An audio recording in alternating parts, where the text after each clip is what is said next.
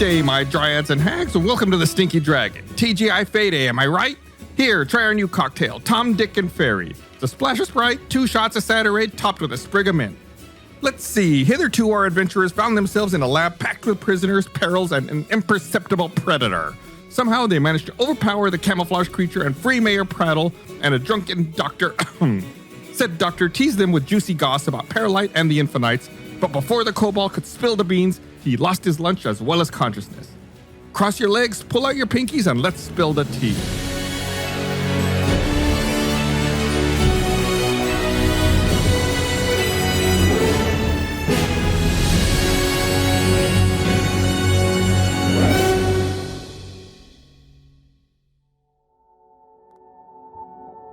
You find yourselves right where you left off at the Infinite's headquarters. You're still in the same room at the end of the Great Hall. You've surmised that this must be Dr. Ahm's lab. 2 eyeball-shaped brass automatons are making their way around the room with cups of coffee. I'll take a double shot of espresso, and can you add some chai and some milk, a little bit of ice? It's a dirty chai latte is my order. Do you guys happen to have hot chocolate? They whir and buzz and just say, Acknowledged. Apologies for the threats to eat your flesh earlier. and they go off to prepare your drinks. All as well. Mud, of course, put some dirt in his coffee. So everyone go ahead and roll me a perception check. Off to the races. Oh. 8. 12. 18. 17. Ooh, very perceptive there, Bart. Have we taken a rest at all, God? No, you're right where you left off. You've just finished your combat. You've just freed Dr. and Mayor Prattle from the conveyor belt. And everyone except for Mud seems to notice that it seems like Dr. is sobering up. He was a little out of it in the last episode. Maybe he had a little too much to drink. But he's coming around. He's a little more sober. And it seems like Mayor Prattle has regained consciousness and is now staring at the doctor, stroking his beard. Doctor sits atop the conveyor belt next to the mayor. The orange-scaled kobold dusts off his brown leather waistcoat and looks around the lab. You notice his right eye seems to have been replaced with a jeweler's magnifying loop. Cool. You take a look around the lab yourself. There's tools and weapons scattered across the floor. Scorch marks mar the stone ceilings and walls, and on the floor lay valet in shambles. Dr. takes a sip of coffee and breathes a heavy sigh. Mayor Prattle clears his throat in a frustrated manner. Dr. flinches and says, I'm ever so sorry. I have no justification for my appalling behavior and what has taken place. This is, well, it's not how I pictured we would all be introduced. I'm afraid I've been utterly crestfallen down here by my lonesome since the night they were all, well, when it happened. He pauses and his head drops. I lost my colleagues, my companions, and even parts of myself. He stares at his legs and fidgets with his right eye's glass lens. Needless to say, I became disconsolate and downhearted. I drowned my sorrows with the bottle. A lot of bottles. 'Twas then that Mayor Prattle here sent word to me of your arrival and keenness to be interns. In my drunken stupor, I must have concocted the notion to train you all straight away. It's still all a bit hazy. I must have lost control of my latest invention, Valet here. He points to the defeated automaton on the floor. I think I ordered him to pose as Lou. Paralyte. Says the mayor. He hops down from the conveyor belt and continues. Right, Doctor? Valet was posing as Paralyte? Everyone go ahead and roll me an insight check. I don't He believe thinks something. that somebody was about to say something. 16. 14. 3. 12. Yeah, you're really good at some of this stuff here, Bart. Bart, he's got 20/20 vision, baby. So everyone except for Gum Gum seems to think that Mayor Prattle might be a little nervous, maybe on edge. Mud walks up to him and pats him on the head. Goes, what's wrong, mate? Wait, what? Are you trying to hide something from us? Yeah. It's not important. I doubt it. You seemed a bit perturbed right there. So once you let's just air to everything to the room so we all know what's going on. I simply wanted to be clear on who is who around here. I mean, with you folks being new to town and all. Listen, We've already dealt with a lot of who's who, and we just found out that Dr. We thought that he was a bad guy, and now he's not. Mayor Prattle, you could trust us. We're a very trustworthy group here. You've known us for all of 5 minutes, and I think that has proven that you know us very well. So, who is this Valet? What was it? Right, Valet. The good doctor's invention was posing as Paralyte as training for you from Dr. But you see, you thought Dr. was your enemy, which is why I have to be clear about who is who. Just want to make sure that you know who the bad guy is, Paralyte, and that there is no further confusion in your quest to defeat Paralyte and rescue the Infinites. Something is going on here. Christ, I'm already confused. Who's Valet? Valet? Valet is the doctor's automaton, created to train you. Right. Doctor offers the mayor a quizzical look and says, Yes, of course, Mayor. Paralyte. Please believe me when I say it was meant to be a simple training exercise for you all. But I never expected... well, to be honest, I never expected any of the past few weeks to happen. Again, I apologize. You all must have a myriad of queries, and you have already been through a great deal this morning because of me. But has anyone seen my wheelie chair? Mud looks around. I'll tell you what, if everyone could make me a intelligence check. Oh, sorry, Gum Gum. And not looking good for Gum Gum. That's a beefy 3 for Mud. Oh, yeah. 16 minus 3, 13. 7. He's got -3. 19 for Bart. Bart and Gum Gum both seem to recall that maybe you saw it in the room with all the junk in it that was being cleaned up and straightened out. The one where we thought if we helped organize, something would happen, and then nothing happened. Exactly. You think you may have seen it in that room. That's all closed off now, isn't it? Didn't the spikes come down? And I don't know. We should go back and look. Everything's reset. Remember, the spikes went back up after you cleared the room with the bear. Got it. Hey, Dr. Achu, is Paralyte real, or is Valet been Paralyte the whole time? Kyborg, I'm afraid Paralyte is very real. Valet was simply posing as Paralyte and took it a bit too far, I might add. I'm not convinced. If someone could retrieve my chair, I'd very much appreciate it. Am I still holding a chair? I mean, me and Gum Gum know exactly where it is, so why don't we go get it? Okay. Have fun. Mm-hmm. I'll tell you what, Kyborg, since you don't seem to believe Dr. Achu, as you call him, you can roll an insight check if you want to see if you think he's telling the truth or not. I may just do that. Hi-ya! 13. As far as you can tell, you believe that he is telling the truth. Nah, I still don't believe it. Gum Gum and Bart, I guess, return to the room where you previously encountered the automatons, and you do find the wheelie chair. You bring it back into this room? Yeah. When they say to go get the thing, Gum Gum sprints off, but he runs without moving his arms. Oh, so just like Chris. Arms straight down at your side? And just sprints as quickly as possible and grabs the thing and comes back.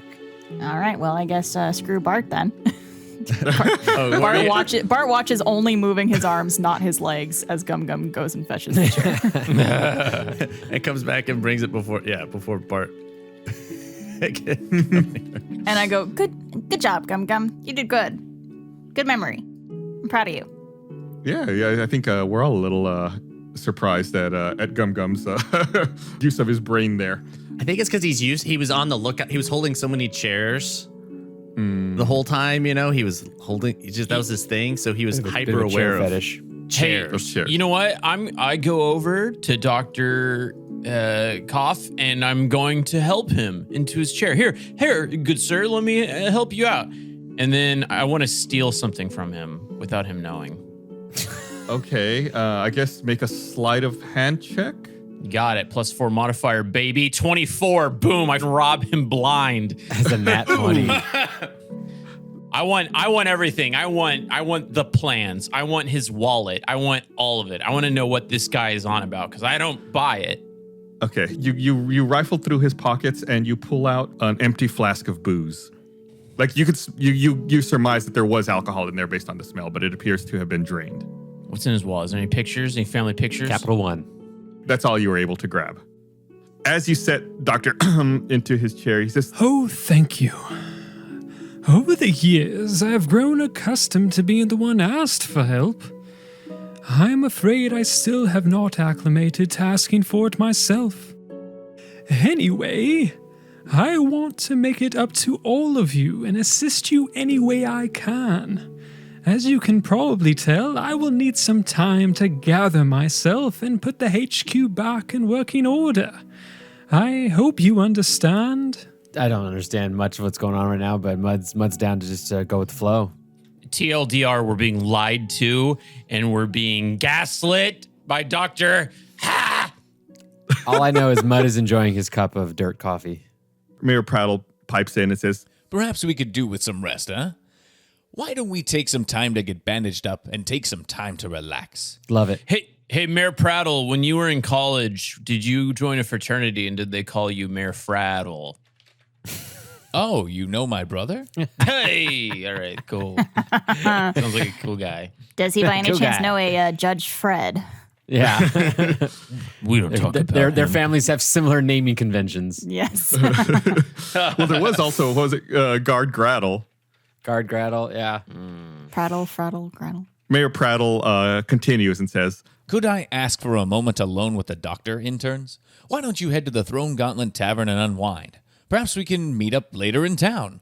Let's say at sundown. Sounds like a great idea. Sundown. Got it. I will mark it on my Google Calendar.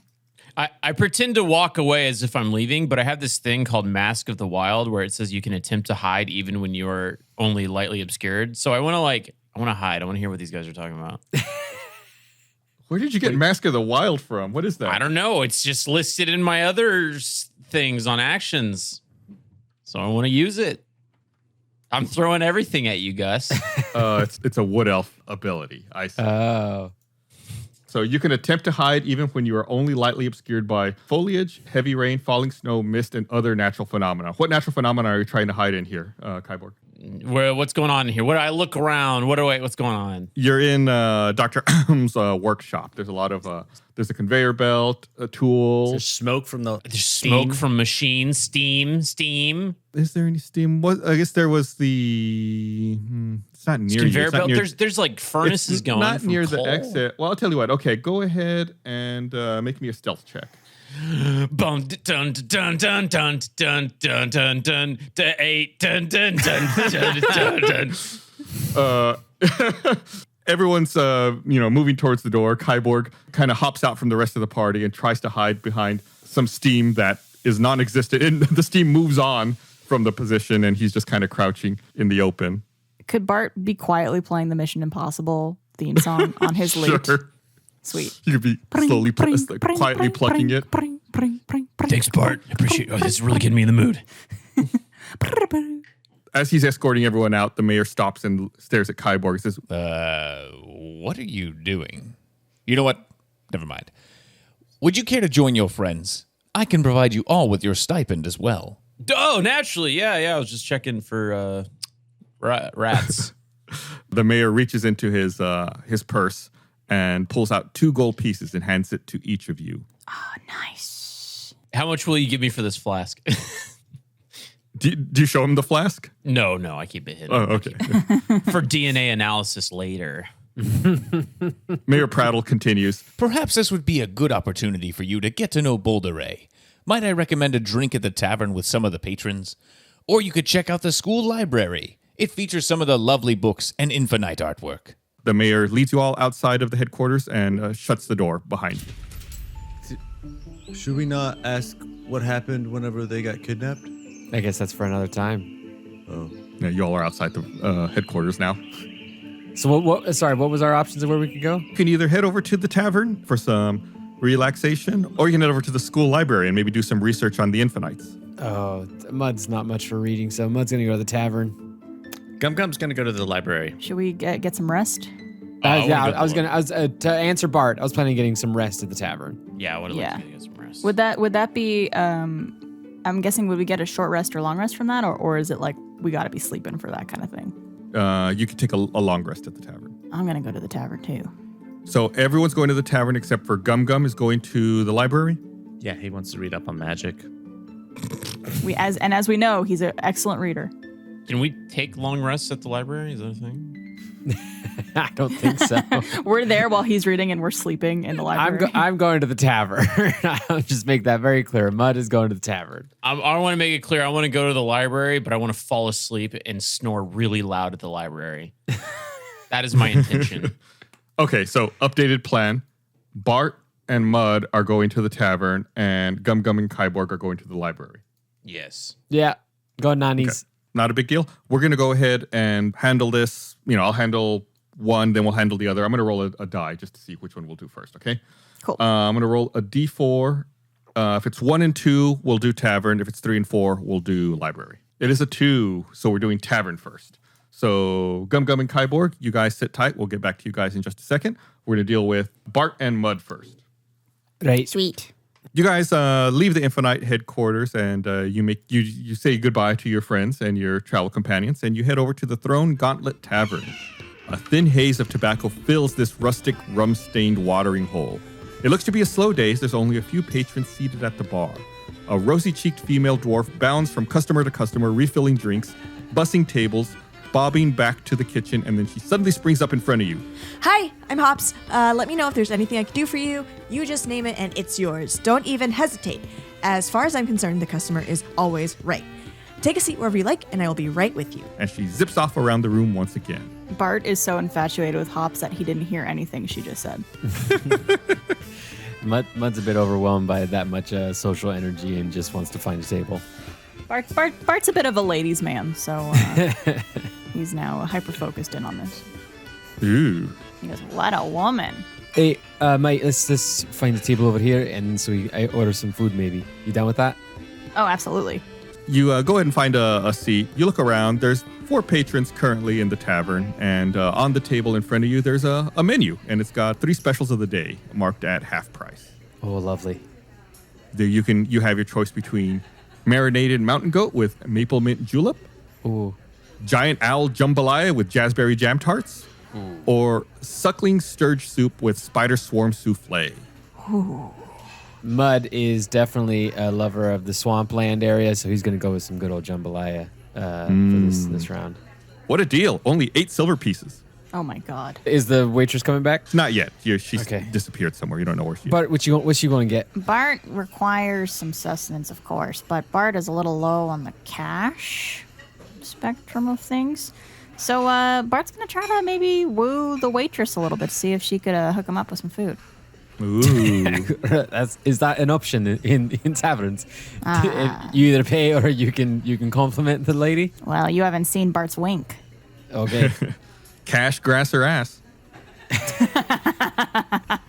You know the saying.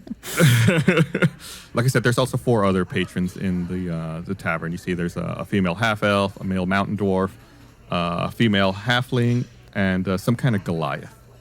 Oh, it's a Goliath. Oh, very cool. Hops comes back and says, So have you made any decisions? What can I get you?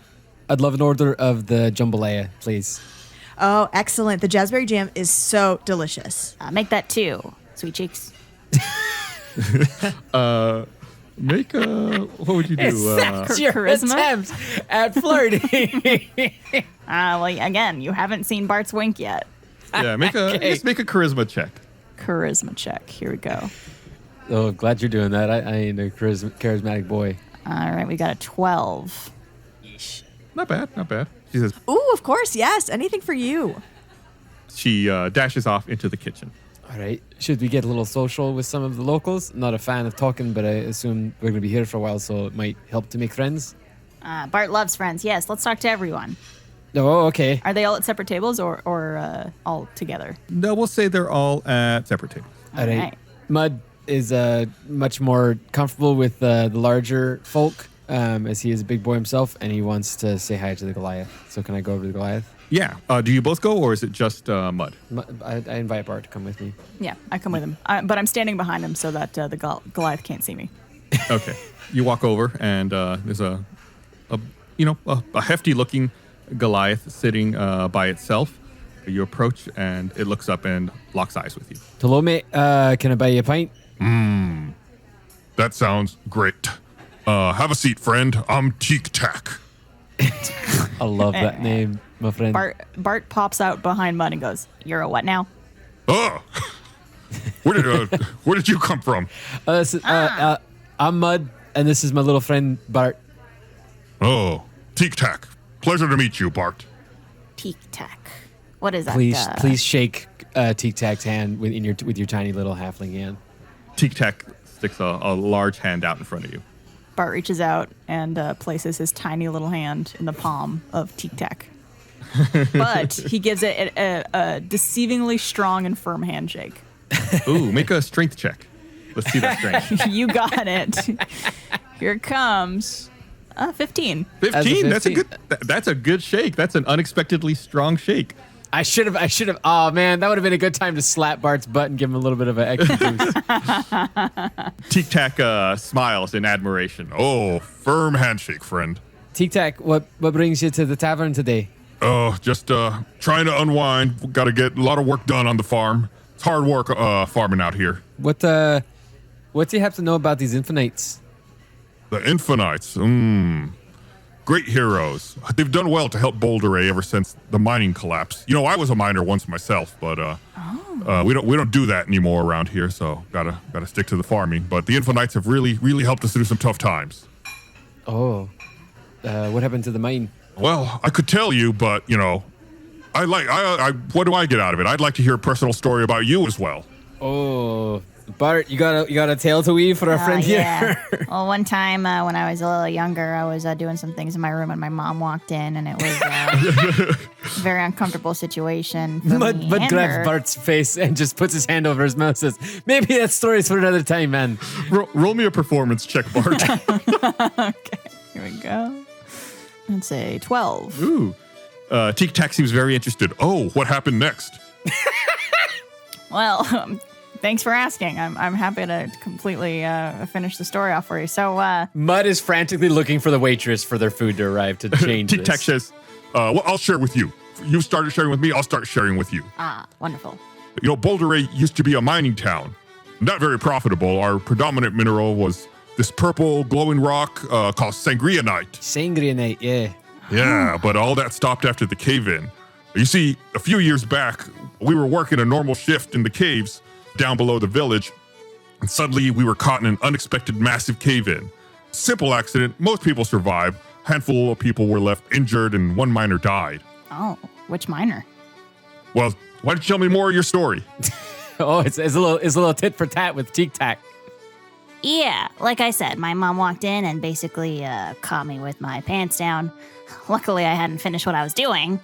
Roll me a performance check. And his voice starts to waver a little bit. But luckily, I rolled a 22. Ooh. Whoa! That's an excellent roll. He goes, I can't wait to hear more. The cave-in was officially declared an accident with unknown cause. Some of the other miners say they heard shouts echoing in the caves beforehand and some sort of loud bang. There were 3 miners injured in the cave-in. Austin Tash, Leonard Lank, and Bo Bender.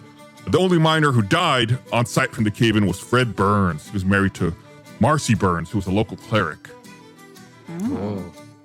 Why don't you finish your story? I'd love to hear the end here. Oh yeah. Yes, of course. How did it finish? My mom she started leaving, and then my dad came in as well because he heard a bit of a hubbub. And then they both seemed very disappointed in me, and then they left, and then I never saw them again. Oh God! Roll me one final performance check here. 8. Oh. That's an 8. Well, I'll tell you what. Tell me a little more of the story, but incorporate an accent of some kind. This is a fun game. Well, me mom, then she came back from her bedroom. I thought they had left me for good. But little did I know that they were just having a discussion about how they hadn't yet talked to their son about sensitive subjects. Then I learned a whole lot. They gave me many books and gave me many videotapes to watch, and I'm all the better for it.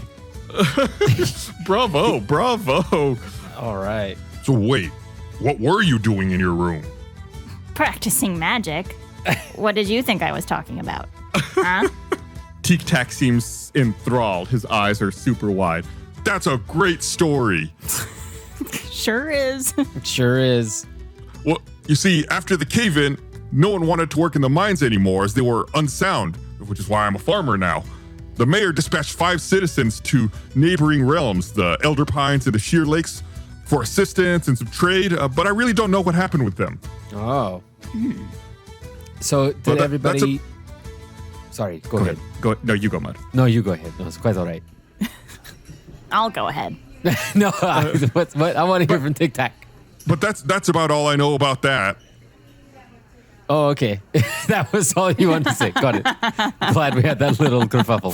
Yeah. So that basically everybody had to change their profession and find other means of work, and so no one's even attempted to unearth the mine. Oh, it's way too dangerous to go down there. Right. Okay. Right around then, you see Hops coming out of the kitchen, placing food down on your table. Not where you are now, your table where you were sitting, I should say. Right. Oh, lovely.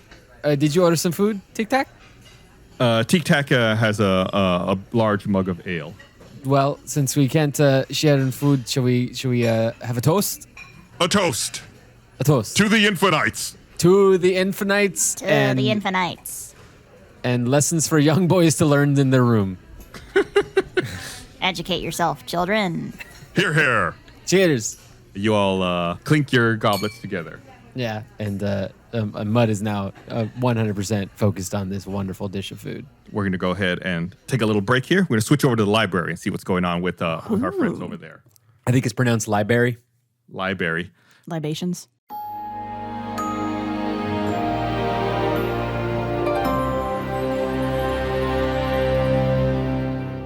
I'm Micah Reisinger, writer, editor, and composer of Stinky Dragon. Beneath the dramatic dice rolls, the spellbinding storytelling, and hilarious hijinks lies a secret ingredient. A force so powerful that few dare speak its name, but you seem trustworthy. It's called music. Every piece of original music from Stinky Dragon is available to you for the low price of free? Free. Are we sure about that? That's a typo, right? It's got to be a little bit more than that. Okay, it is free. Okay. All right. My entire catalog of Stinky Dragon soundtracks, that's 13 albums of sweeping orchestral scores, pulse-bounding battle themes, and emotional ballads, now yours to underscore your epic D&D sessions or set the mood while you mow the lawn or walk your fur babies across the road. I don't know. Whatever you do to listen to music. Stream Stinky Dragon soundtracks now wherever you get your music for free.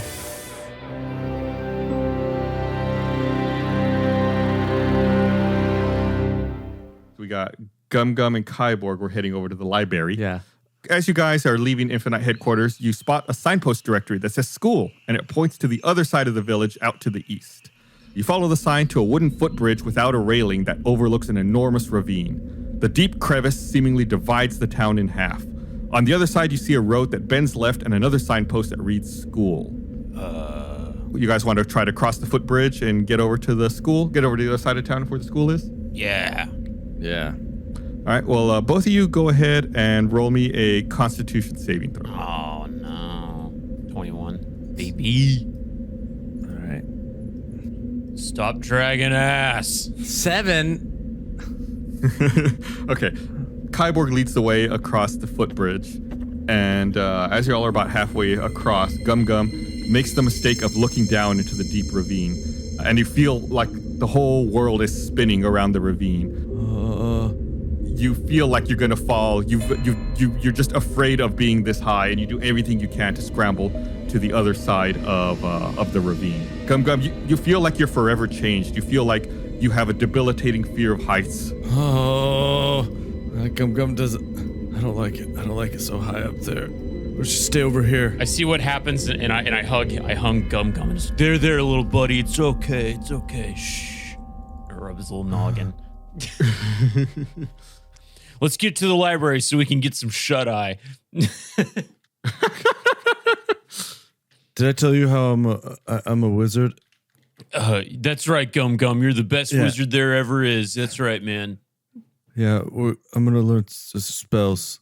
Okay, you do that. Right. I'm gonna nap the hell out on a table. As you round the bend on the path, you find 3 small neighboring buildings with a large wooden sign that should read Boulder Ray Heights School, but it's been vandalized with graffiti, so now it reads Boulder Ray is high, fool. Nice. I don't like heights. It's a good one. So there's 3 neighboring school buildings, each with a front door. Starting with the one on the left, that seems like the first 2 have signs that read, due to budget cuts, school is closed until further noticed. Only the 3rd door on the right has a sign that says school library, and it seems like that door is open. I go in. I've gone as well. The musty smell of old books, stale parchment, and a hint of grass floods your senses as you enter a small 20-foot by 20-foot creaking building, dimly lit overhead by a large flickering lantern. To your right is a curved reading nook with a pair of second-hand armchairs and 4 marble busts. Straight ahead is a floor-to-ceiling bookcase with several shelves, many of them empty or missing books.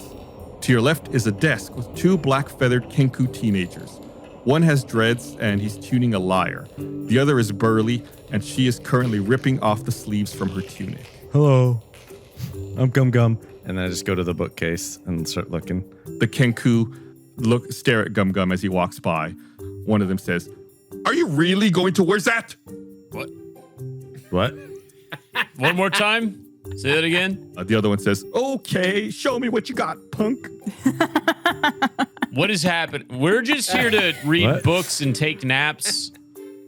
So I'm Kyborg. This is my friend Gum Gum. He's looking for some I Spy books. All right, we don't mean any trouble. Ay, Dios mío, es un fantasma detrás de ti. No hablo magic Guys, don't Spaniel. Gum Gum can totally translate that. Gum Gum, what did they Gum. say?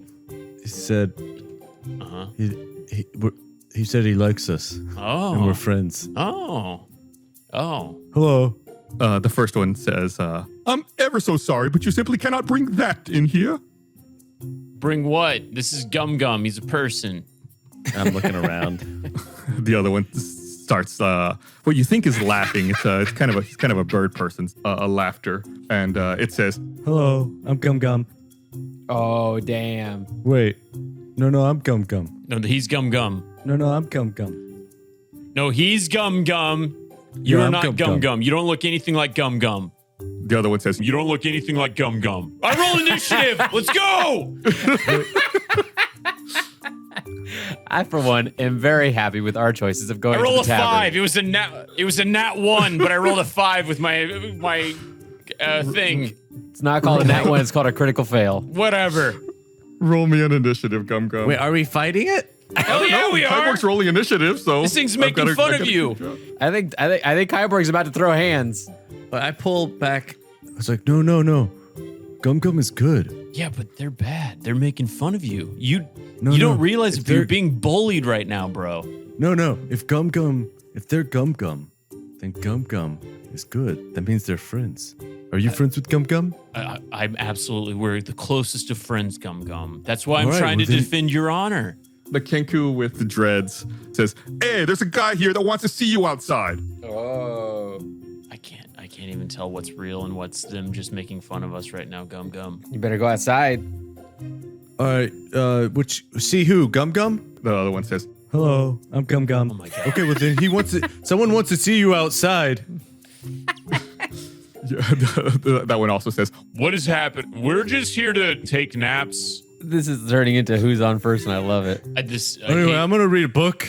I turn back and I start reading. they both say, Anyway, I'm gonna read a book. Oh God. I'm surrounded by morons. I peek outside. I don't walk outside. I peek outside to see if there's actually someone out there. I can't believe I'm falling for this. For some reason, Bart has a sense of happiness that he went to the tavern come over him.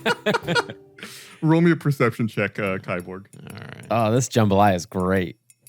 18. You don't see anyone or anything outside out of the ordinary. But you hear the one Kenku say, I'm surrounded by morons. Wait, who'd you? I'm not a moron. then the other one says, I'm Gum. Yeah, he's not a moron. I'm not a moron. And he's not a moron. You're the moron. it says, You're the moron. No, you're the moron. I'm not. You're the moron. He replies, No, I'm not. You're the moron. No, And I'm now- Gum. I'm a and great forevermore, wizard. they are now stuck in a loop for the end of time. And I get up in his face and I lift him up and shake him. you shake him. It seems like the Kenku once again is laughing. He says, haven't we met before? Gum drops him Crab. like really confused. like As he falls to the ground, he says, I'm surrounded by morons. I'm feverishly looking through the library / on my internet webpage to see what a Kanku looks like. it's a large black bird that walks around like almost humanoid. Got it. Okay. I just want to take a nap, Gum Gum, and you just need to read your books. While you're looking around, you do notice that there are 4 large marble busts. Okay. Do they look like anything? Are they the Infinites? Are they like Mayor Prattle? What do they look like? I try to perceive them. Yes, it's 4 marble busts. Each of them depicts the head of an Infinite.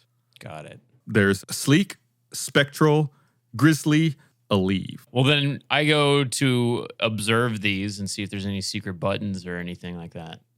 Which one do you want to take a look at first? Aleve, the medicine. I need Aleve right now because my head is splitting.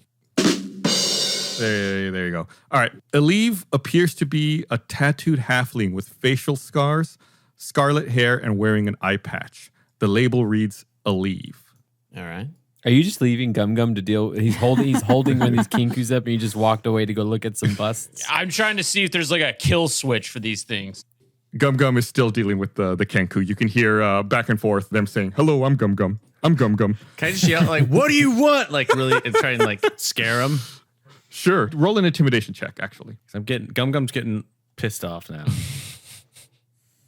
It's a nat 1. That's a crit Had the fail. worst rolls. They just, what you assume it's laughter. They're just cackling, laughing at with each other. You approach the bust of Aleve, Kyborg, and it says, Peace to you, dear Kyborg. I am Marcy Burns, or as my patients call me, Aleve the Amender. That's nice. A little interactive experience. It's like a Hall of Presidents situation here. See if you can get all the busts to start singing spooky, scary skeletons. Hey, do you actually talk, Aleve, or are you just like a programmed automaton? On my days off, I rather enjoy preparing a hearty feast for my friends and loved ones. We got an Nothing more automaton here. satiating than a full stomach and a full heart. We got an automaton. All right. Gum hears them talking and comes over, just sticks the bird that he's holding like under his arm, like he's carrying a sack of potatoes upside down, and walks over and stands with Kyborg. What's this? Hey, you know what? I'm gonna make it talk, and then we're gonna see if this stupid Cancun will mimic this thing, and then it'll just bother this bird, this hat. What am I saying? This bust. Sorry, I Bust. had a stroke. This the hat? Kenku have broken your brain. They sure have. All right. Hey, what was your name, Aleve? Tell me more about you, Aleve. To all those who suffer from ailments of any kind, my halfling heart breaks for you, for I have known pain and affliction all too well. Call on me, and I will offer remedies and treatment to heal weary bodies and weary souls. The Kenku under Gum Gum's arm just says, I'm surrounded by morons.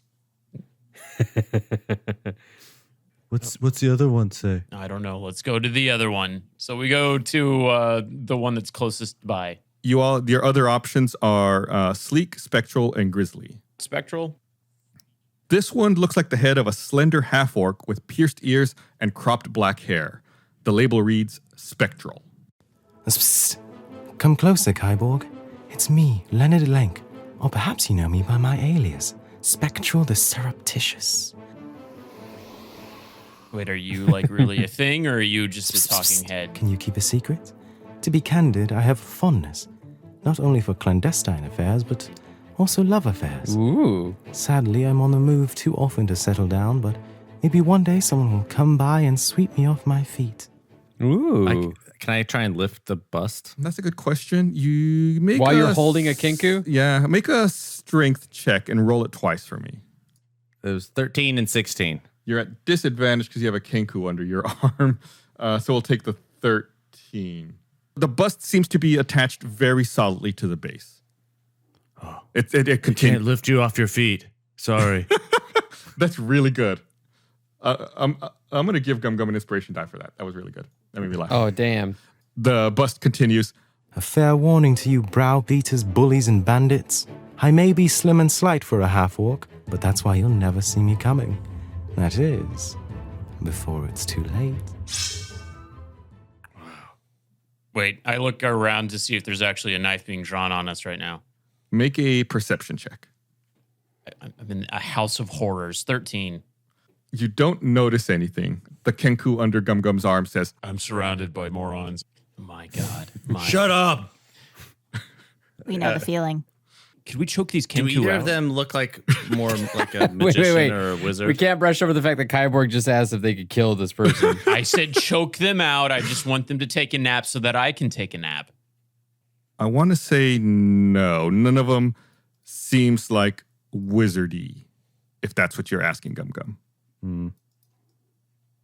Well, I guess we'll go to the next, whichever one looks the most magical. Grizzly. We go to Grizzly. You go to Grizzly? Okay. This is the one that I take the most fondness to. Yeah. This looks to be the head of an Earth Genasi wearing a dusty bandana atop a mop of hair. The label reads Grizzly. Sweet. You can think of Genasi as being like beings from another plane. They kind of look like genies, but maybe a little more humanoid. Like when you think of a genie, you think kind of like, full of air. Or I think a genie from Aladdin with no legs. These guys is it definitely spelled have like legs. like gin? Like the gin? It's similar. It's like GENASI. Oh, okay. So sorry, just cool. Yeah, just trying to like give a mental picture for our listeners. Got it. I can only see Robin Williams. Does it have a nose? Yes. I stick my finger in its nose. The bust roars. Fear not, little Kyborg. It's your bud, Bowbender, or as my trembling foes know me, Grizzly the Groundbreaker. You hear the Kenku go. Okay. I say, what information do you have for us? To be honest, I feel most at home in the wild woods and hills with my fellow flora and fauna. I could lie under the shady tree for hours on end, but I wouldn't want to be the fellow that tries to wake this beast. I like this guy. I just woke him up, though. Okay. Sadie, do you have any other information? Are you alive? Are you sentient, or are you just a recording? Despite my hunched Genasi back, neither massive monstrosity nor merciless mercenary has ever bested me in battle. And believe me, my hammer and I plan to keep it that way. Didn't you get kidnapped? You hear the voice continue. Next time you're in the Throne Gauntlet Tavern, come and find me. You can share an ale and a friendly arm wrestle with your fierce friend Grizzly. This definitely seems like these are just pre-recorded things. All right, just because I'm a completionist, we go to the last one, which I believe was Sleek, not Spectral. Yes, you are correct. Sleek. It looks to be a bearded dwarf with flowing auburn hair and a winning smile. The label reads Sleek. Hail and how do you do, fair Kyborg? I'm Ostentatious, but my fans know me by my stage name, Sleek the Symphonious. La da da da da da da. I give him a wet willy. I suck on my finger a little bit, stick it in his ear. I simply adore finding ostentatious tunics for my dwarven figure, making memorable melodies that will stop you in your tracks and serenading my sweet supporters with loquacious lyrics accompanied by my lute. Cool. Well, I am no further or no closer to getting a rest. This was a total waste of my time, but I'm sure it's going to come to play later in the story. Few folks know that while on my rise to fame and fortune, I happened upon a dual-headed dragon that stole 2 fingers off my right hand. But they foiled me not, for I slayed both serpentine heads single-handed, 1 for each finger. So, Gum Gum, do you want to keep reading, or do you think we should kill these birds? Hello, I'm Gum Gum. Oh God. Can I just look and see if there's any books that have would be about magic? Yeah, you see a few books on the shelf here. It doesn't seem like anything's written on any of the spines. Can I just look through, grab a couple really quick and see if there's any that stick out to me? Sure. One kind of stands out. You reach for it and pull it off the shelf. And as you pull it off the shelf, the book sprouts fangs and tries to bite at you. Make a dexterity saving throw. Okay, I have advantage on those. Right. You have danger sense? Yeah. Danger sense.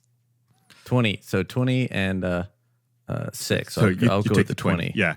You manage to toss the book out of your hand before the fangs are able to bite you. And both Kenku start laughing maniacally when they see this happen. Oh, could I not have used the Cancun and had it bite the Cancun? So no, it happens too quickly. Like if you held it in your hand, it would have bitten. Like if you tried to move it, it would have bitten you. Oh, okay. Okay, I don't like these books. Which one said that? The one under Gum Gum's arm. Okay. Gum Gum, I'm going to be honest. I kind of want to pick up the other Kenku just so I could hold it, so we could be holding birds and be like, All right, let's go. All right, let's get some. Let's do that. Okay. All right. I go to grab the other Kenku to hold in my hands, like a one Gum Gum. This one doesn't want to seem to be picked up as much, so I guess make a strength check. 16.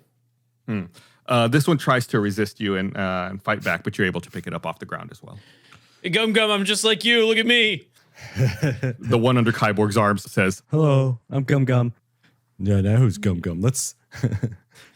What do we do with these? What is your end game with this? Do you want to smash? Smash the birds. Yeah. I think that's a little violent, Gum Gum. I don't. Okay. Right as you all are talking, trying to figure out what to do, the door for the library opens up, and it's Mayor Prattle. Hello. Kyborg, Gum Gum, here you are. It's almost sundown. Let's regroup at the tavern and go over our next course of action. I haven't been able to take a nap, and Gum Gum didn't get to read his books. I'm taking the bird. What are you doing with that student? Put him down. Put him back. Oh, God, these were children. Oh. Gum Gum, let it go. You're at a school library, my dude. Well, they're making fun of us. Yeah, they started it. They started it, Mayor Prattle. The one that Kyborg puts down says, "Don't even. I know what you did last summer." Mm-hmm. So dumb. How did they know that I went to camp? Mayor Prattle says, Hardy, Sophie, you two behave yourselves. I don't have time for your shenanigans. Gum Gum, Kyborg, let's go. All right. Okay. As we leave, though, I look back at them and I give them the 2 fingers to the eyes and then back to them and I say, "Stay in school, kids." They stick their little bird tongues out at you. Okay, I leave. Mayor Prattle leads you all back over to the tavern. Bart and Mud, I guess you're finishing up your food at this point. Mm-hmm. Oh, yes. What a nice, relaxing time we've had. This is a lovely tavern, isn't it, Bart? Oh, absolutely. I'm so glad to be here with you, my friend Mud. Yeah. I imagine they had a terrible time at the library. My family's always had a saying, nothing good comes out of a library. Wise. Brumble cracks are not much readers. You all finish up your giant al jambalaya, and Hops was right. The jazzberry jam is actually very delicious. Hops comes by one more time, says, Is there anything else I can get for you guys? How about your number? roll me a charisma check, Bart. He winks. Does that get an advantage? That wink. 14. Oh, she seems to blush a little bit. Goes, Oh, you flatter me. I bet you say that to every woman in every tavern you go to. You must be some great adventurer who travels the land with the woman in every town. Yes, but I have many women in many towns, but wouldn't you like to be my woman in this town? What an offer. She says, Oh, aren't you a sweet one? Maybe you can come back after I've closed up for the evening. Sounds good. I don't want to be too pushy. So, if you feel like it, I'm always around. And then he winks again. make one more charisma check. 25. Oh, that's a natural 20. That's a nat. Mm-hmm. She says, I live upstairs above the tavern, so just come back sometime after I close. Whoa. Will do. All right. Right around then, Mayor Prattle shows up at the door with Gum Gum and Kyborg in tow. All right. Now that you've been able to rest up a bit, let's head back to headquarters. Right. That sounds good to me. Is anybody taking a rest at this point, or are we still kind of damaged from HP or from previous battle? Well, so yeah, everyone, we'll give everyone credit for a long rest. Even me? Yeah. Oh, thank God. Done and done. Somewhere you think you hear a Kenku say, even me?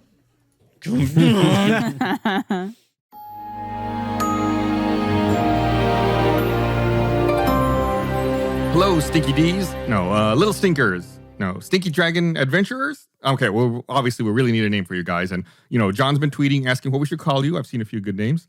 Anyway, hope you're enjoying this longer episode. We've seen some comments requesting for more, so hopefully that means we're doing something right. So we're testing this out, trying to see how it works, and there is a lot of ground to cover in this episode. So, like I said, we're still testing the format a lot, playing with some things. So tweet at us, leave us a comment. We're listening. Speaking of which, the best thing you can do to help us is to tell a friend, tweet about the show, engage in social media. You can use hashtag StinkyDragonPod. Hopefully you get your name in the show in a future episode as an NPC. Tell us about some simple magic items you like to see in the campaign. Nothing too crazy, stuff that the crew could use, hopefully. And of course, rate us on the podcast platform. Wherever you're listening to this, that would do wonders for us. Did you know that we make a post show for every episode of Tales from Sticky Dragon? It's called Second Wind, and it's where we look at the gaming module to learn how things could have gone differently, what we did right, what we did wrong, and what the heck we were thinking. Here's the clip.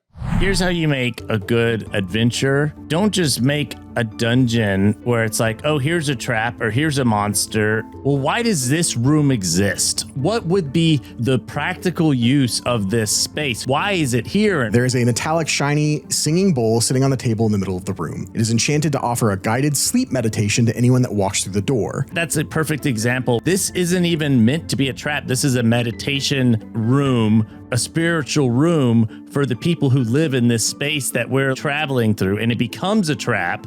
It's us clashing with something that's already existing, and it makes that world seem so much more flushed out. Wow, I actually sound almost smart there. Second Wind is the perfect companion piece for Tales from Sticky Dragon, and you can find every episode on our Patreon at stinkydragonpod.com. We need your support to keep making this show, so please go to stinkydragonpod.com to join our party and get access to Second Wind and a ton of other exclusive shows and perks. Thank you.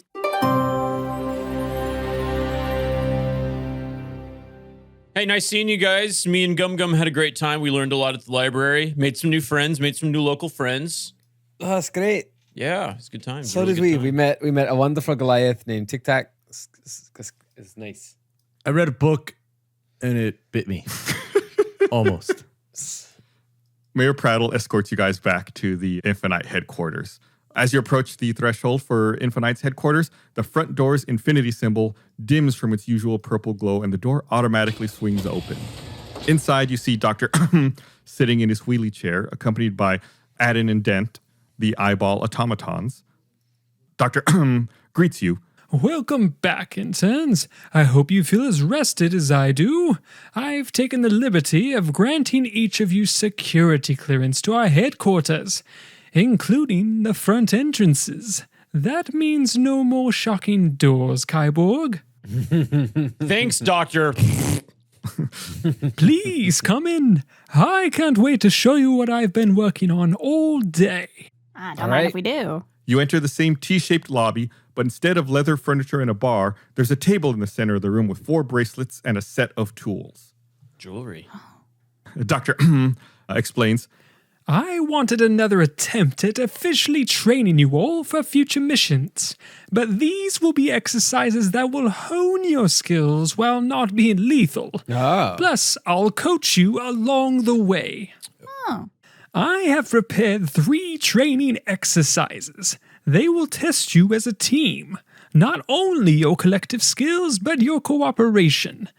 But no matter the outcome of these exercises, at the conclusion of the training, we will all head over to the tavern for free drinks on me, as a team.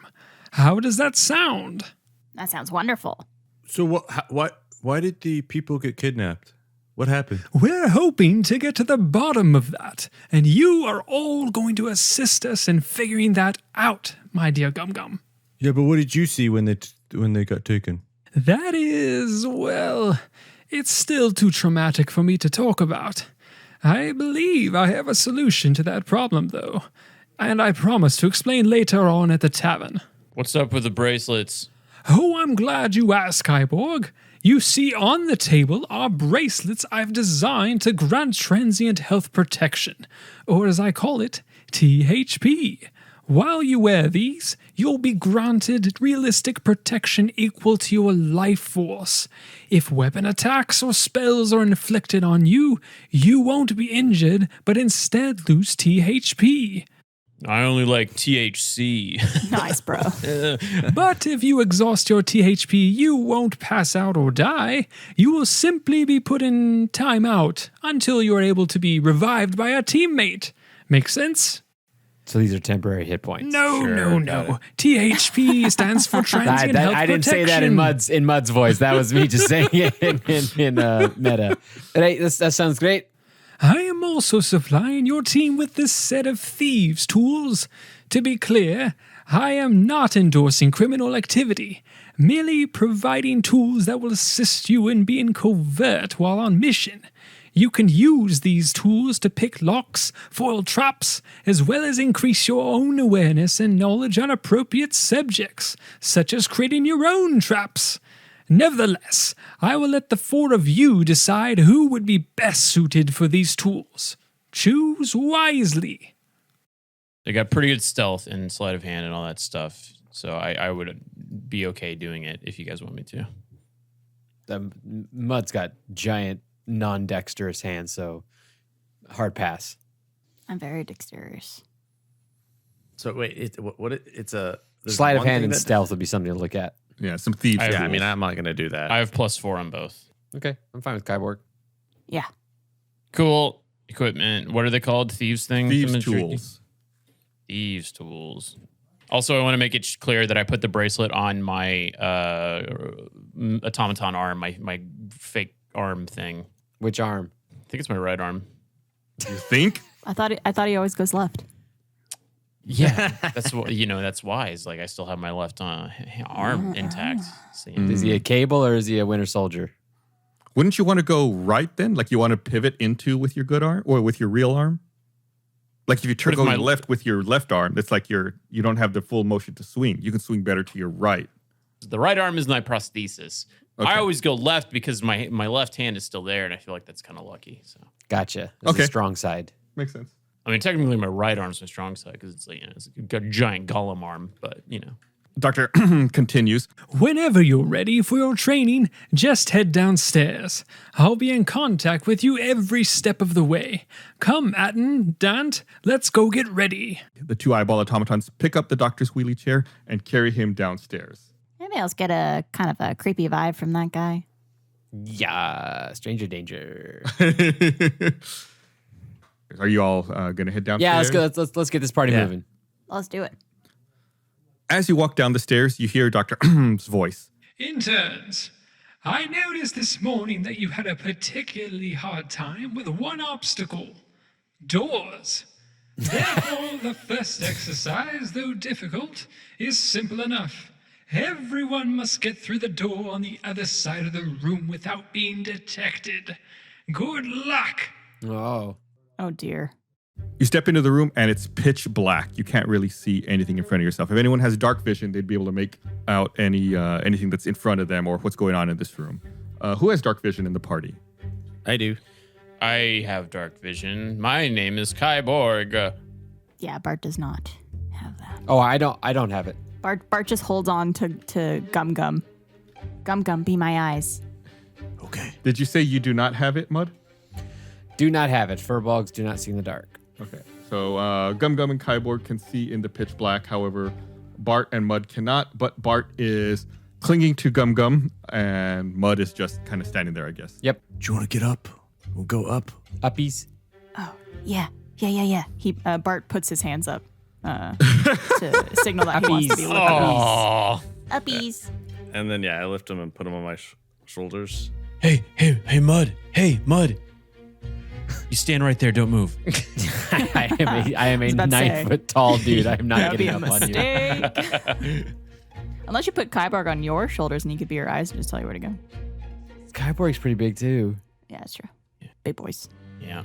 You come through the doorway. It's about 130 feet. What's the width of the Great Hall? But it seems like there are obstacles placed in the way. There's 3 large columns throughout the room, as well as some boxes and crates scattered about. Additionally, it seems like you can hear footsteps, like some guards walking around inside this room. But we can't see them? You can't see them currently. Like when you come in, there's a column directly in front of you, so you can either head to your left or to your right. I cast Detect Magic and see if I feel anything coming from either of the directions. Okay. You do not detect any magic coming from either the left or the right.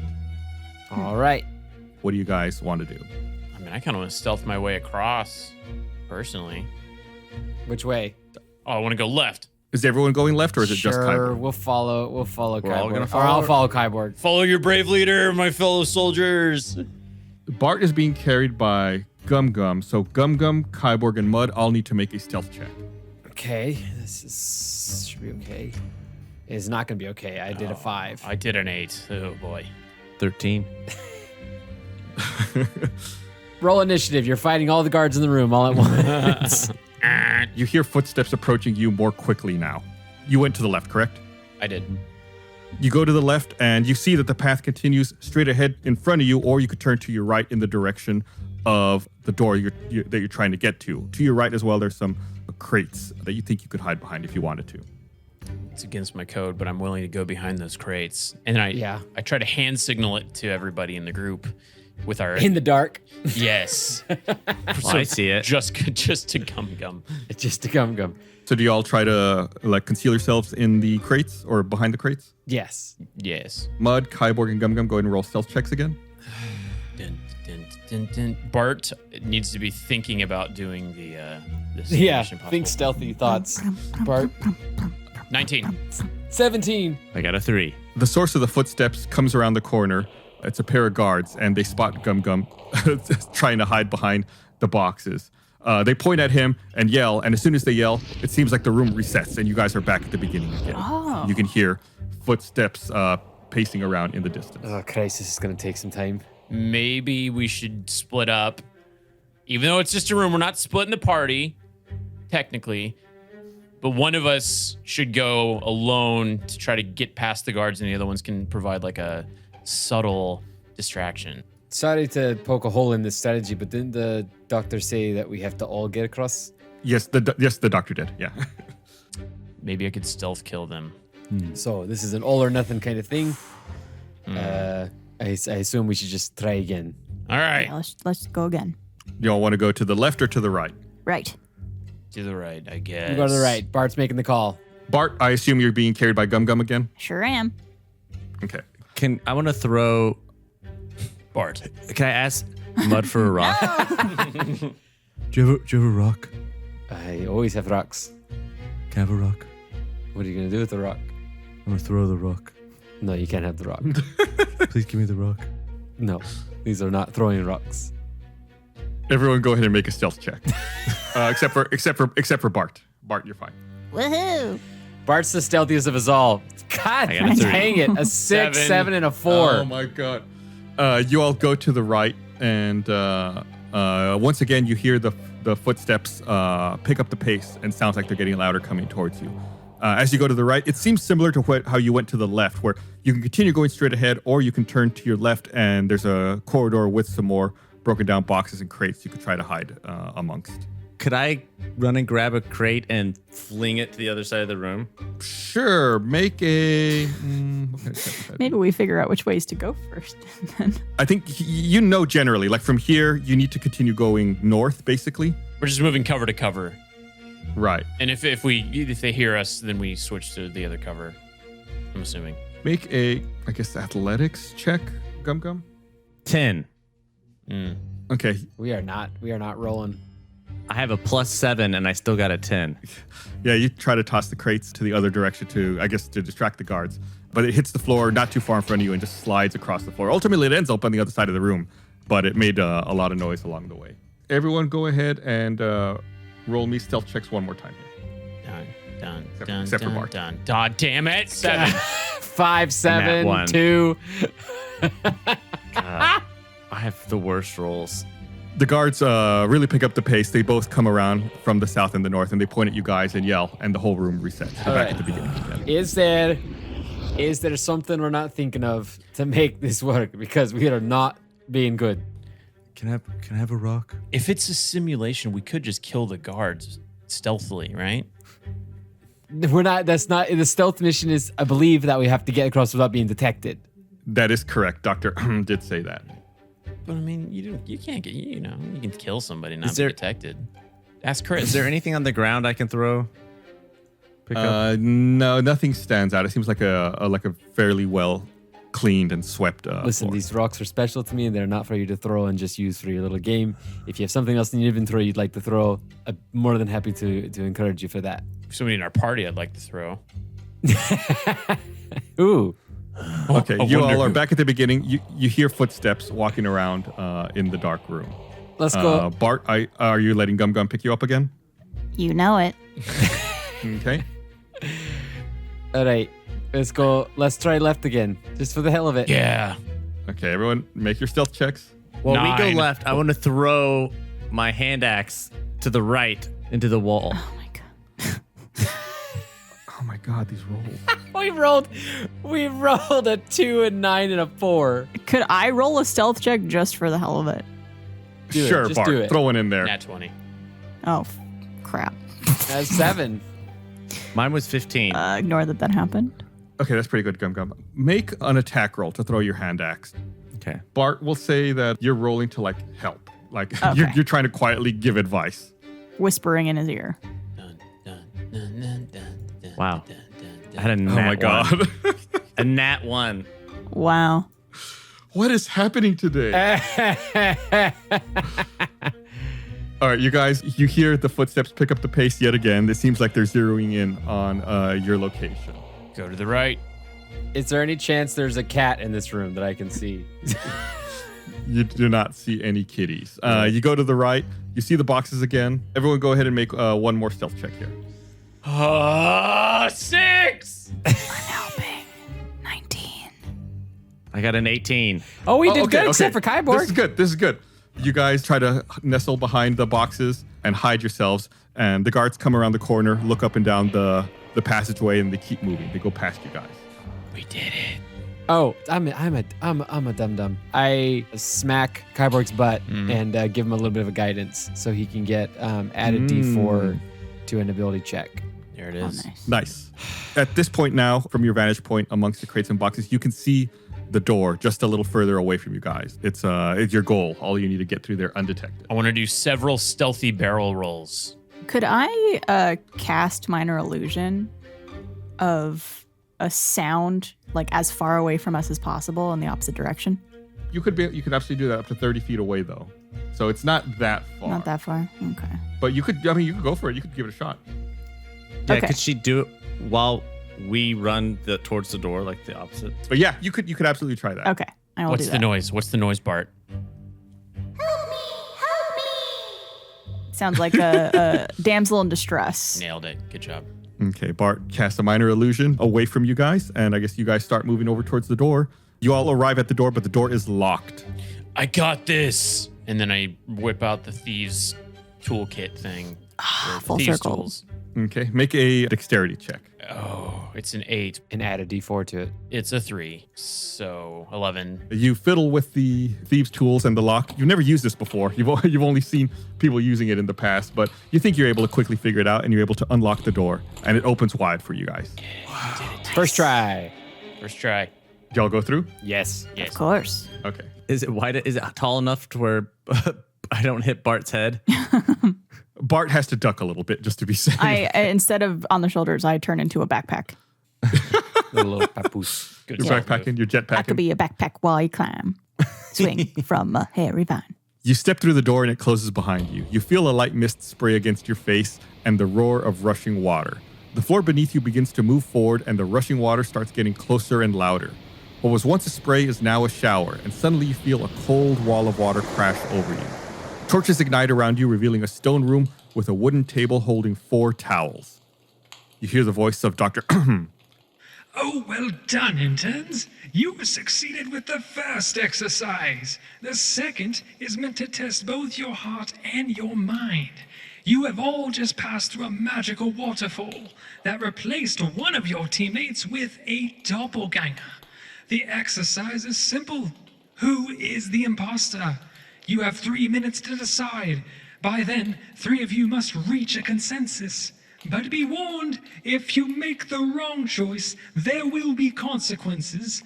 If you don't provide an answer, then all may suffer. I believe in you. How do we know who's who? Who do I shoot? Timer starts now. Oh. All right. Right. I run to the towels and I try to perceive what they are. Roll a perception check. And now my rolls are okay. 16.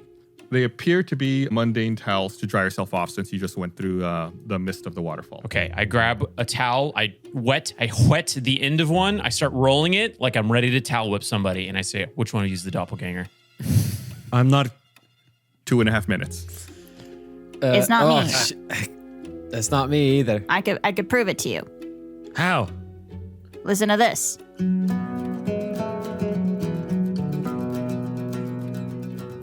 I have a question. Okay. Bart. Yes. 2 minutes. Bart, what did we eat in the tavern? We had the jambalaya. That's correct. What did we have in the tavern, Mud? We had the jambalaya. What was the waitress's name? The waitress's name was Hop. All right. He's good. Gum What did Gum. I eat in the tavern? Nothing. We weren't in the tavern. Where did we go? Quick, figure out between the two of you. Gum Gum. Okay. Where did we go? 1.5 minutes. We went to the library. What did we encounter there? The talky things, the annoying, the birds. Okay, ask me a question so I can prove it to you that I'm not the... Okay, what did the book say to me? Well, it didn't say anything. It tried to bite you. Okay. So we know nothing. good. We all think we're all telling the truth. Okay. Oh my God. All right. What number am I thinking? Oh, God. That's not how this works, Gum Gum. 60 seconds. Which way do you always go? Left. Bart, what instrument did you play for us the first time you played an instrument for us? A lute. I think that's correct. Mud. What? Why wouldn't you give me a rock earlier? Because they mean more to me than you mean to me. Mud, what do you like in your coffee? Oh, dirt. Just lots and lots of dirt. You know, guys, I don't think any of us are the doppelganger. What if it's me? 30 seconds. I don't think it's you either. Let's vote Gum. What if it's me? I don't think it's me, but what if it is me? What if I vote none of us? Can I vote none of us? 20. No. Let's vote okay. Gum. No, don't. 15. No, it's not me. Can we vote no one? You hear Dr. Ahem's voice say, 10 seconds left. Is it Dr. Ahem? Let's vote. Time to vote. I don't vote. I refrain from voting. I withhold my vote. Is that We're a thing? I vote on him. We're screwed. I guess I vote on Last Kyborg. chance. Kyborg. Gum. We have to be 3. We have to have a consensus. Gum. I vote on Gum. We're split. is that 3 for Gum Gum? It's 2 and 2. I tied it up. 2 and 2 and 2. Oh, it's tied. I changed my vote to Gum. No! What? Nope, too late. It's tied 2 and 2. That's where we were. You hear the voice of Dr. That is incorrect. Unfortunate. I'm afraid the correct answer was no one. You see, believing in each other is how you will not only survive, but thrive as a team on this journey. Nevertheless, your choice has been made, and there will be consequences in the final exercise. Is the lesson we're supposed to learn here also that leadership is going to lie to us constantly? Yeah. And that if we're tasked with something, we should just not do When it. you're ready, proceed into the next and final room. Doctor cast gaslighting again. Gum Gum seems extra confused by everything that was going on. I still think I'm a doppelganger. It might be. Yeah, Gum Gum's not sure what's going on. He's not acting like himself. He's acting very, very confused. It seems like it'd take him a little while to shake it. So we have basically failed all of these things. I think, yeah, y'all have convinced me that I am, in fact, not myself. I'm fine with that. Whenever you're ready, you can proceed into the next and final room. We proceed. I take this towel.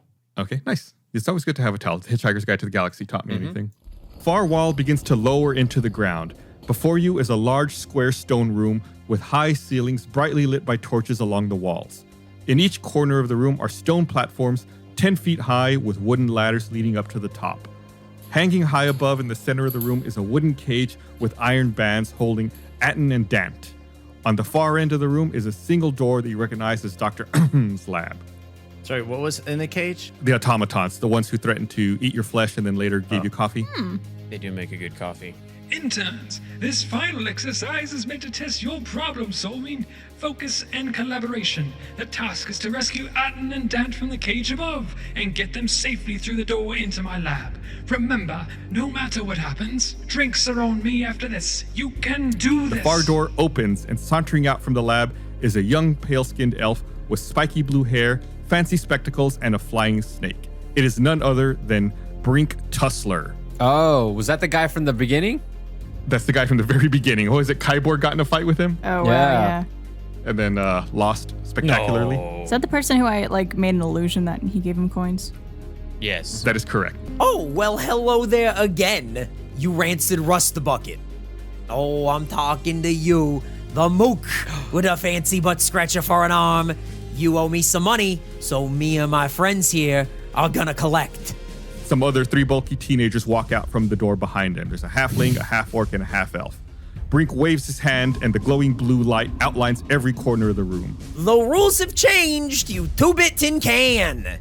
This time, you and your infant sacks ain't leaving the square. Ring the bell, ring-a-ding-ding, round 2. Everyone go ahead and roll initiative. Oh no. Let's all beat up some teenagers. 7. 11. That's a nat 20, my first one of the campaign. Wee! Woo! What is that after your modifier? 22. 12 for Bart. Have they seen Bart, though? Because he's on my back? Yes. Oh. We tried. I was hoping this would be a recreation of the scene at the end of Batman Forever, with us having to choose between the two automatons falling down. Mud, you're up first. Across from you, across the room, is, like I said, Brink Tussler and 3 of his friends. Hanging from the ceiling above you is the cage with Atten and Dant. Can I get a readout of what these 3 other guys look? Can I get? Oh yeah. Let me get a read of the other 3 guys. What are we talking about here? What are these? Are they all 3 like the same kind of build, look? Yeah, they seem all pretty beefy, like they're brawlers. Oh, okay. Well then, Mud casts Earth Tremor on the area around them, 10 feet. Let's say you get 2 of them. Okay. I assume you get Brink and one of the other guys as well. We'll say Brink and the half-orc are by each other. Yeah, they got to do a dex save, which is 14, or else they take a d6 damage and are prone. Brink makes his roll, however, the half-orc does not. Okay, rolling for damage. That's a 3, and that guy's prone, and all of the terrain, regardless, is difficult terrain. The ground cracks and rumbles at the end of the room, and the half-orc stumbles to the ground. I did it. Proud of you. You did it. Good job, Mud. Brink looks at you, Mud, and says, You bird brain tree loving fail bulge. Oh, I think it's time for a little hide and seek, fellas. Let's hide. Oh, you're already gone. Him and all of his friends seem to poof out of existence. You can't see them. We won. They disappeared? Yeah, Gum Gum. Okay. I'm going to rage, and I'm going to throw my javelin where that one was prone. Okay, go ahead and make an attack roll at disadvantage. 15, 18. Oh, pretty good. You throw your javelin where that half-orc was laying prone, and it hits the ground and gets stuck in the rubble that's laying there. Can I just kind of run forward with my, waving my arms around? Yeah, Gum Gum throws a javelin, then charges up to close the distance between himself and where the enemies were. I'll tell you what, Gum Gum, you're actually still confused from wondering if you were a... Doppelganger? doppelganger or not. So go ahead and roll me a d10. Oh man, 0. What? Oh no, that's a 10. That's a 10. What? Okay. You're able to briefly snap out of it, which is why you were able to take your action successfully and throw the javelin and run up here. I don't know if you want to jump off, Bart. Yeah, as he's running, Bart does a backflip off of Gum Gum. Hell yeah. Okay. And it's your turn, Bart. All right. Could I try to charm this dude, Brink Tussler? So you don't see him at the moment. Okay. Could I walk further closer to him? You can walk closer to where you last saw him. Yeah. Do I see him? No. Damn it. I yell out to the group, hey, anyone got eyes on this Brink dude? That's a negative, Ghost Rider. The silence is deafening, my friend. I answered you, little boy. No. I don't see anything. I'll do a perception check just before I end, if that's okay. Yep, go for it. I got a 9. I'm guessing I don't see anything. Okay, yeah, you don't perceive anything. You can't determine where anybody was. You have no further information. Okay. And don't forget, remember, your goal is to free Anton and Dant, who are suspended in the cage above you guys. Gum Gum, as you are running forward, a halfling pops back into existence and takes a swing at you with a short sword. All right. It hits. Okay. And also I'm raging, so if he hits me, what does he do with me? It's piercing? It would be slashing. You take half damage. Okay. So he attacks for 8 points of damage, but since you are raging, you take half. Okay, that is the halfling. Kyborg, what do you want to do? Everyone's in, you don't see anyone except for this halfling who's poofed back into existence next to Gum Gum. And of course, Anton and Dant in the cages above. Say I were to climb one of the ladders that are in the corners up onto one of those higher columns. Would that be an action or is that just my movement? That would be your movement. Okay, I'm going to go do that. So which corner? Basically lower left, upper right, lower right. Oh, yeah, I kind of go left. I feel like lower left because I'm assuming whichever one is furthest away from where I last saw enemies. I mean, the lower ones would definitely be it, so lower left would work. Okay, so I go to lower left. This is an idea for getting those guys out of the cage. I get up there, and then I pull out my longbow, and I take aim at the guy that just reappeared. Oh, okay, nice. Go ahead and make your attack roll. It's an 11. That fails to connect. You fire your longbow and hits the ground and skitters across the ground next to where the halfling is. Okay. Oh, wait a second. What was that one? Action surge. And I'm going to shoot again. Do it. Maha. Is that your official noise when you shoot? Maha. 13. Ooh, that's going to be close. Let me see. Come on. You can do it, Kyborg. You're number one. You're the best. You can do this, Kyborg. Come on. You sound like that song where they're whispering. Come on, little baby. There it is. Hey, little mama. It connects. Roll some damage. Hey, little mama. Let me shoot you with my Yeah, I really appreciate when other people can land the reference I was trying to make. 11. Good. You hit that halfling for 11 points of damage. He seems to wince in pain. Good job, Kyborg. Nice use of your new ability there. Oh. Meanwhile, In the Hall of Justice. Our fighters remain unsuccessful. a half-elf pops back into existence next to Bart and takes a swing at Bart with a short sword as well. Half on, half action. Ooh, it was almost a 19. It rolled over at the last second and settled on a 9. What is your armor? Okay, it misses. Their swing with the short sword glances off of your armor, and you are unfazed. Thank goodness. Mud. How far is Mud from the automatons? It is about 15 feet in front of you and then straight up from the ground because they're hanging from the ceiling. Mud would like to move up 15 feet to right underneath one of them, whichever one, let's say that's like, are they together? Are they separate? They're both in the same cage, yeah. They're the best same cage, so one cage. Perfect. And Mud wants to check to see if there's anything about the cage or whatever system they're in that he could figure out to open it. Roll a perception check. That is a 17. From what you can tell, it doesn't seem like the cage is locked. It's just a simple latch that has it closed, and it's being suspended by a rope from the ceiling above it. Mud casts Ice Knife at the rope. Ooh, Ice Knife's a cool spell. It's a very cool spell. I'm very happy with that choice. Okay, go ahead and make an attack roll. See if you hit the rope. That's a 21. Ooh, nice. Yeah, you definitely hit it. Roll damage for the rope. That is 7. Your aim is true with your ice knife. It hits the rope and slices the rope cleanly, and the cage falls down on top of you. You're under it. Roll a dexterity save to dodge out of the way. That's a 15. Like an action hero, you dodge out of the way at the last second, and the cage clatters to the ground where you were standing just a millisecond before. And we'll say the cage is damaged, and the doors pop open, and Atten and Dant are right there next to you. Okay, I did it. Yay. The instructions were to get him through the door at the far end of the room into the lab. So you're most of the way there. Okay, so that's my action. I can't do anything else, right? Correct. You already moved and have acted now. Okay. But you're good. You're most of the way there. You hear the voice of Brink from a direction you can't see, and all you hear is, "Oh, you fatherless, gnat-ridden wannabe wizard!" Brink pops back into existence close to Gum Gum, and he's going to Eldritch Blast and try to hit Gum Gum. All right. So a beam of crackling energy streaks towards Gum Gum. Yes, it hits. Ouch. 4 points of damage. Oh. Rest in peace, Gum Gum. He's not dead. Rest in peace, Gum Gum. He's not dead, I hope I said what I said. You also hear, Hey, it's getting a little cool in here. Why doesn't everyone freeze? and all of his friends take a quick sneak attack at everyone that they're standing next to. Who are they standing next to? The halfling was standing next to Gum Gum because he made an attack earlier, so the halfling makes another swing with their short sword at Gum Gum.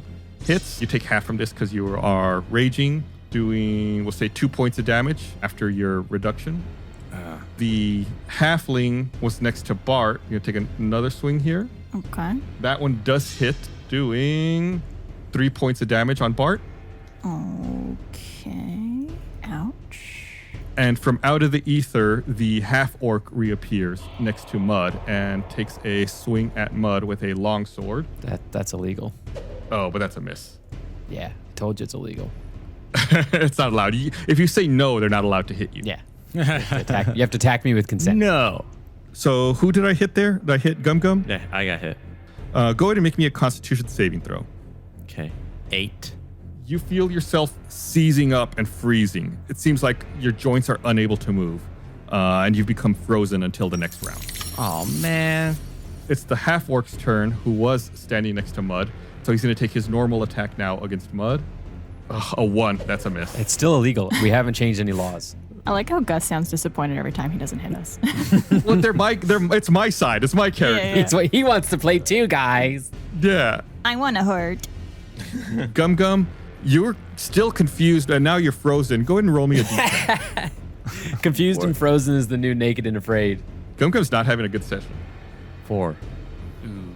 Even though you're frozen, regardless of the fact that you're physically frozen, you're also mentally frozen. So it doesn't really matter that you're physically unable to move. Mentally, you're not in a good place. You don't want to move anyway. So it's fine. You're okay with this. Rest in peace, Gum Gum. Bart, you're up. Oh gosh. So you've got a halfling right next to you. Yeah. You've got the half elf, half orc, Brink, Atten, and Dant are also out from the cage right now. And they're all trying to hurt us? Atten and Dant are not, but the Brink's friends are. Yeah. Our job is to get Ant and Dant to the door. Right.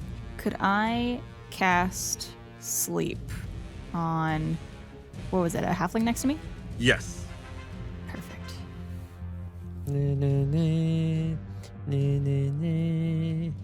Bart is our Jigglypuff. I know. So first of all, roll 5d8 so we see how many creatures you affect. Okay. Bam. 19. So that means anything with a 19, right? Up to 19 hit points worth of enemies. Okay. So I assume it's 20 feet centered on the halfling. Mm-hmm. 19 hit points is going to be enough to take care of the halfling. It's not going to be enough to take care of another enemy as well on top of that. So we'll say it's just this one. Okay. That's good though. Sleep. And then I play him a lullaby that goes brum brum brum brum brum brum brum. I'm rocking my head. I'm like jamming. Yeah, so he just drops his sword and falls down. But he's dreaming. Come over here to me. I got the automatons. And then could I do a movement or am I done? Yeah, you can move. Okay, I'll move over to Mud. Mud! Okay. I run over. We need a team name. All The right. two of us. We're doing really good together. This for a while now. We'll be Team Mart. or Team Bud. Team Bud. Team Bud. Bud. Oh. The buddy system. The buddy system. Best buds. Best buds. It's the halfling's turn, but they are asleep. Kyborg. All right. Well, do I see anybody?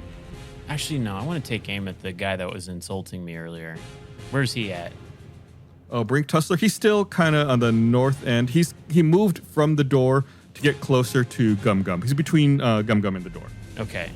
Seeing the path that they're trying to take for the automatons, I kind of want to cover their escape. So is there anybody that's in their way? Brink. Oh, yeah. Oh, I'm going to aim for Brink right in the skull. Here we go. Longbow, baby. Boom. 19. 19. Nice. That's a hit. It's a good shot. Boom. 11. Oh, 11 points of damage. Your bow fires true and hits Brink mightily. He tries to play it off, though. Oh, if you were any more inbred, you'd be a sandwich. Oh, it was okay. It wasn't a bad one. It's the half-elf's turn. Yeah, the half-elf was by Gum Gum. The half-elf's going to go to make an attack on a frozen Gum Gum. Never want frozen gum. That is a hit, doing 8 points of damage, but you take half, so that's -4. Mud, it is your turn. How big are these automatons? They're smaller than an average human, but they're still, a good, decent size. Can I grab both? Yeah, make a strength check. I'm a strong boy. That's 10. Not a good one. We'll say you're able to grab one. Okay. It's not that you're too weak. It's just like an awkward shape. You know how that is. I'm down with that. That gives me a free hand. Does picking them up count as my action? I'll say no. Okay. What do my eyes see between me and the door? Brink and some of that difficult terrain you created earlier. All right. I cast Entangle on Brink. Ooh. Which does the grasping weeds thing on a 20-foot square. Vines and weeds sprout from the ground and start trying to wrap themselves around Brink. He must make a strength saving throw, and he rolls a 1 anyway. So he is entangled. Cool. Then I would like to dash for the door with my new little robotic friend. All right. Mud makes a break for the door, carrying one. Let's say you're carrying Atten, leaving Dant behind. Okay. It's not very far. You're able to get to the door. What's under your feet? It might be deceit. No, it's lava. Take a seat. Lava begins to gush into the center of the room from each corner platform, creating a 2-foot deep pool in the center of the room where you were standing just moments ago, Mud. Uh-oh. Any creature nearby needs to make a dexterity saving throw. Bart, I believe you said you Yep. were near there. Gum Gum is kind of frozen in that area. So Bart, Gum Gum need to make saves as well as some of the enemies that you all are facing. Okay, I get advantage on that. You're frozen. Damn. I have a 17. Rest in peace, Gum Gum. All right. Good roll there, Bart. Does the lava not melt the freezing? It might. 7. There's an episode of Rick and Morty where a wizard tries to shield himself from dragonfire by encasing himself in ice. And then as he's dying, says, "Why did I do that? This is just prolonging the agony." So this makes me think about that situation as well. So it could help, but it could also hurt. Gum Gum, that is not a very good saving throw. So you are going to take a little bit of fire damage. We'll say it's not terrible. We'll say that the coolness of being frozen does actually help you a little bit here, okay? Okay. It should have been 17, but we'll say because you're frozen that you only take 8. Oh. Whoa, that's a lot of damage. All right. Well, Gum Gum's feeling a little chewed up. Just so you'll know. Rest in peace, Gum Gum. Rest in peace. Brink should act this turn, but he is entangled at the moment. So it is the half-orc's turn. The half-orc is going to take an attack at Gum Gum. They were standing by Gum Gum, so it only makes sense that they're going to take a swing at Gum Gum. Hey, mate, I appreciate you being the damage sponge for this round while we get the robots. Way to go, Gum Gum. That was a 2. You lucked out. Oh, did I? That's what a barbarian Yes. is supposed to be anyways. Barbarian's supposed to just be our damage sponge. Gum Gum, it's your turn. The frozenness has melted off of your body, maybe because of the lava, but you're still feeling a little confused, so roll me a d10. Yeah, of course I am. Damn. Tough luck, Gum Gum. Rest in Damn peace. Zubats with supersonic. You're still not sure. Maybe you're the doppelganger. 6? It really gives you pause to think, so you're going to think about that this round. What? Bart, it's your turn. God, I don't get to. This is very entertaining. I just. What? So what do? I just look around like a dum-dum? You're drooling a little bit as you wonder whether or not you're a doppelganger. Gum gum. Gum gum dum dum. Gum gum dum dum. Bart. All right, buddy system in full effect. What do we need to do, boss? I look to Mud and see how I could help. I mean, you've noticed I've got one of the robots in my arm, so maybe if you brought his friend, he'd be happy. I don't know if I could lift him, but Maybe just grab his hand or something. I don't know. okay. Does he have a hand? He's eye-shaped. Yeah, he can make coffee, so he's got 2 hands. Oh, perfect. But Bart's a bit of a germaphobe, so he actually uses Mage Hand to grab the hand of the other guy. Okay. So Bart casts Mage Hand to grab the hand of Dant, and I assume you begin leading him away from the lava over towards the door? Yes. Okay. You're able to make it all the way there, past Brink Tussler, who is held in place by the vines from Mud. You manage to get Dant through the door as well. Brink looks at you. All right, that's only round 2, you little jamokes. But you can definitely count on there being a round 3. And Misty steps away. And then poof, the entire room disappears. You guys have succeeded. You've accomplished your mission in rescuing Anton and Dant. Yay! Yay! There it is. I do a backflip off of the pillar that I'm on, and while I do it, I say, "Take that, pink pussler." Please do an athletic check for that backflip. Yeah, do an athletics check for the backflip. Make sure you stay clear of that lava. 14. Oh, nice. You do it. He lands in the lava. Kyborg is dead. R.I.P. Kyborg. All right. Good job. Good job, everybody. Everybody contributed in their best way possible. Yeah. Yep. I think I did. Even Gum Gum. If I am who I am. Can I look at Bart and be like, am I Gum Gum? Okay, well, you're no longer confused. You figured it out. You are actually indeed Gum Gum. Oh no, I'm Gum Gum. Oh, yay, it's Gum Gum. Yay. Existential crisis. Hello, Gum Gum. But now I'm not satisfied with myself. Oh. I'm more self-aware. Dr. comes into the room and says, Congratulations, interns! You did it! I am so proud of you all. Come, it's high time we had drinks at the tavern. So Dr. whisks you all away to the Throne Gauntlet Tavern, which Mud and Bart were at earlier. You all remember this. Hops is still hopping around. Hey, Hop! Bart gets a little nervous. You all stroll into the tavern, and Hops is gleefully waiting at the bar with 5 tankards filled with frothing ale. Dr. rolls over to the bar and raises a tankard. You all deserve a toast, interns. Please raise a mug with me. Tonight, the 4 of you showed more honor, tenacity, and sheer gumption than I have seen in some time. I have no doubt that you are mission ready and will do the Infinites and Boulderay proud. To the interns! To the interns! Now, I know you've been waiting whole day for me to tell you what happened to the Infinites, and it's time you knew, but I doubt my storytelling will do it justice. I have something more visceral in mind. Would one of you be willing to volunteer for an experiment? I promise, there are no side effects that I know of. Thanks for listening, everyone. Hope you enjoyed this.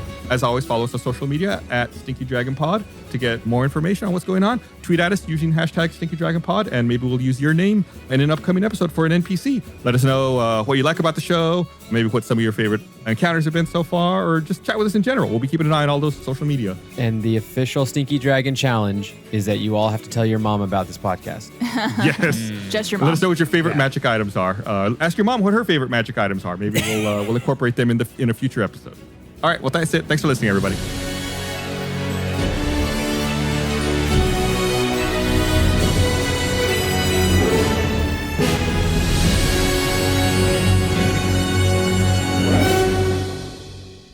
Hey, thank you for watching this episode of the Infinite campaign here on our YouTube channel. We got episodes coming out every Monday, but we also have the entire show from start to finish available on all major podcast platforms. So Apple and Spotify, we're all up there.